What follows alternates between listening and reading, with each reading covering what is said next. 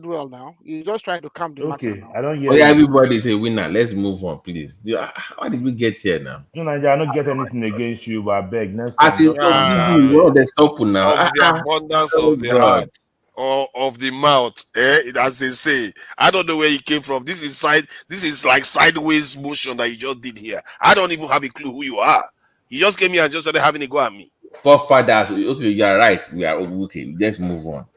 Yeah, it's all Right, good. It's all my good. What were we God. talking about? I The don't know. government is I useless. don't know. See, I don't know. You're just supposed to do. I don't even We are know. trying to solve the problem of Nigeria. We talked And about how we are yet going to you're limit. creating problem.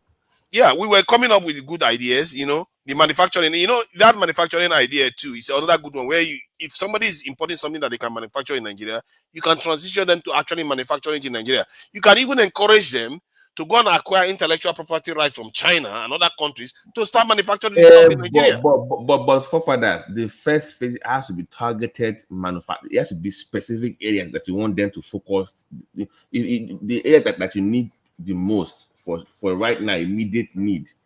Maybe agriculture, maybe it comes to the whole thing. You want the people to go to start putting people in that direction, training, whatever it is, money, funding, start going to that direction. So you start forcing people, go to this area. We want you to do more in this area. The same way they do in tech. I want you to do this AI stuff. You pump money into it. They will follow. They will follow that direction. There's so much ways to stimulate the Nigerian economy. It's ridiculous. I sometimes I feel like some of these our leaders are just doing malpractice. There's so many ways to stimulate the Nigerian economy. Like just this other one where we talk about acquiring intellectual property right and start manufacturing stuff here in Nigeria because the workforce is cheaper in Nigeria than in China, and you start selling it in Africa. Don't even worry about the world yet. Just start selling it in Africa, start making money. Instead of people start to be importing nothing from China, they would rather import it from Africa. Workforce is cheaper in Africa. It's closer in. That is why I was asking earlier, Ekene, that is the import dependent part of our economy.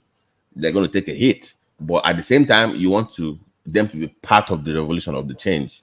You don't want to abandon them. And like I said, you're going to ban some things from coming in.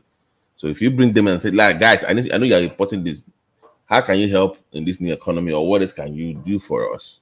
So they are a useful tool for the economy to help them grow in other areas. But how you then choose those areas, or what you put on top of the ladder as top priority is what is it? Is it agriculture first? Is it, like you said, intellectual properties? Is it car manufacturing? Whatever it is. All of them you enhance it, because that's why I mean that there's so much room to grow. We are so low that that's why I think Tinubu could be the greatest president if he wanted to. Easily. He had so much room to expand into, from power generation to security to manufacturing, everything. He has the ability to do that. And he also has experience of generating revenue. So he has all the stuff in front of him. If Tinubu decides to fulfill what he said he was going to do in manifesto, which includes security, if he did that, he will be the greatest president Nigeria has ever had. So maybe you don't know. The same way they are doing the Lagos Calabar, they also want to do the Badagry Sokoto road too. The same way. So the same way you have that train, everything they want to do that. So pretty much like a loop across Nigeria. You can entire Nigeria. You can have highway and train. So you can, in the middle, you can just do. So my whole thing is, you need somebody when it comes to logistics, how to move goods and services is also very important. Very, very good. Because you have to look at cost. Like how can I help this person that is producing this, move that thing from point A to point B? Also, work on your neighboring countries. Those deals have to be made with Kenya, whatever it is. Make those deals. I can ship to your country through trade. I can come to 4 borders, 5 borders. Open it up for people. Yeah, exactly. Now, from Cameroon to Central Africa, we should just cut a road straight through there, because Nigeria is very highly densely populated compared to other countries around us. Just expand and do business like you are supposed to do, and there is space for us to do that. The rest of the world is too busy trying to fight each other. This is the space we have, and if we don't use this space right now, this is why I said Tinubu can either be the greatest or this man could do most. Because he has a space to fix all the key problems that were left during the colonization era and up to now. But if he doesn't take advantage of it, we will lose the window again. You can see that this woman is still playing with my name. Solely. Oh my God! Just ignore, block her. Just ignore. Don't address it again now. She's insulting another person and inserting my name and calling me gay. You can see who has moderator. The moderator is in the comment section, insulting other people in the comments and including my name in the insult to call me gay for no reason. This is a moderator. This is not iPop Biafra channel. This is where that girl belongs. She belongs because that's the nonsense that they do in all those kind of platforms. How will you be insulting people on the panel and be insulting people in comment section for no reason? Then you now decide to include my name in your insults as a gay person. I'm not even talking about her anymore. I've ended this, and she's insulting me with others for no reason, calling me gay for no reason. What is this now? Which kind of panelist is this? Where did this one come from? She must have come from all those Biafra channel. And why didn't she stay there? Why didn't you stay in your Biafra section? If you want to continue with disrespect, I don't understand this kind of, I don't understand where this kind of woman came from, because we never used to have people like this before. I would have never stayed here if somebody like this was here all the time. Because now I'm saying it, everybody is keeping mute. It is until she starts insulting all of you that you will now finally talk, because it will not stop here. I can promise you, and I can bet money on it. It will not stop with me. One day she's going to call your name out and insult all of you one by one. I bet it. And if any of you want to bet it with me, let us drop money. Because it starts like this. This is how it starts. Can you listen to what I'm saying? Solely, I beg of you, just she's a moderator. That's Solely, hold on. Moderator. Solely, hold on, my brother, hold on. This woman, when she does not see anybody to insult again, once she has chased everybody away, she's going to come for all of you. I can bet my money on it. Solely, listen to me. Just calm down. This is just me to you. What you're expecting, I have gone through it to that same person. As a matter of fact, hold on. Only just listen to what I'm saying. And somebody targeting hold on. Getting more and more comfortable. Comfortable. Oh my God, just listen. Some people don't even come here anymore because of the particular individual. They don't come here anymore. They don't come here. So I'm saying that just at this point, just ignore and do what you got. Just block. That way you don't see whatever she's writing. Just ignore the person and just do what you do. Chioma, I probably make 5 to 10 times more money than you. You know what? I just don't brag about it. I don't know what I'm gonna. I think we've done enough time anyway. We can call it a day. She's going to insult, and that is when you guys will take it seriously. But I think we've come up with a lot of solutions, possible solutions to our problem. You can see that it's not rocket science to fix Nigeria's situation. It's quite an exciting opportunity that we have, and I hope we take advantage of it. But the other issue is that do you know the West revolution? It took time for them to scale up, right? They did but now you can see the insult is continuing. You can see the insult is continuing. Please, can we end this thing so that we can talk in background? Because I can't take this nonsense anymore. There's no reason. I'm sorry. Choma, can you spare us, please? Can you spare us? Choma, please slow this down. Sorry. Babati, let's just call it a day. That's enough for today. Yeah, at this point. Let's call it a day. Yeah. Sorry, I'm sorry for that. Don't go away. Stay in the background. We need to iron this in the background. So yeah. So that I'm very sorry. They just call it. The lady is not let it go. I can remove her, I can ban her, but I don't want to do that because I don't have that power. I'm not the one that make him a moderator at the comment section. It's only one man that can do that. I can't withstand all this going on. Yeah, let's just call it a day. Yeah, one man will address that. Thank you, everyone. See you tomorrow. Thank you.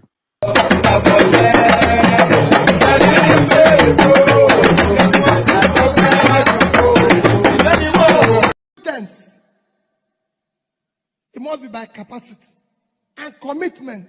This is a job that requires physical and mental energy. And we must get it right. And that is what we're asking. The church must be at the forefront. Our children cannot continue like this. There's no offense. They're committed by being Nigerians. Nigerians are the best you can get in the world. And we have the energy to change this world. All we lack is that we have criminals who have hijacked this country, stealing everything away, and we are keeping quiet. Please, the church, wake up. Take back your country. God bless you. My convoy is 5 vehicles, and you cannot buy fuel unless I'm inside the car. So I will pay them. No more. I know. The governor was paying for petrol himself for his convoy.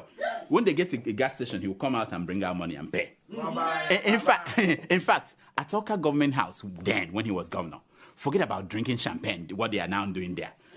Then he gave out old newspapers as substitute for toilet roll. If you are going to the toilet, he will just to save money. Yeah. He was going to run somewhere. He said he's going for interview for job. Peter, can't you give him a job? Peter, can't you do this? The boy doesn't even have. I said, none of my children have car.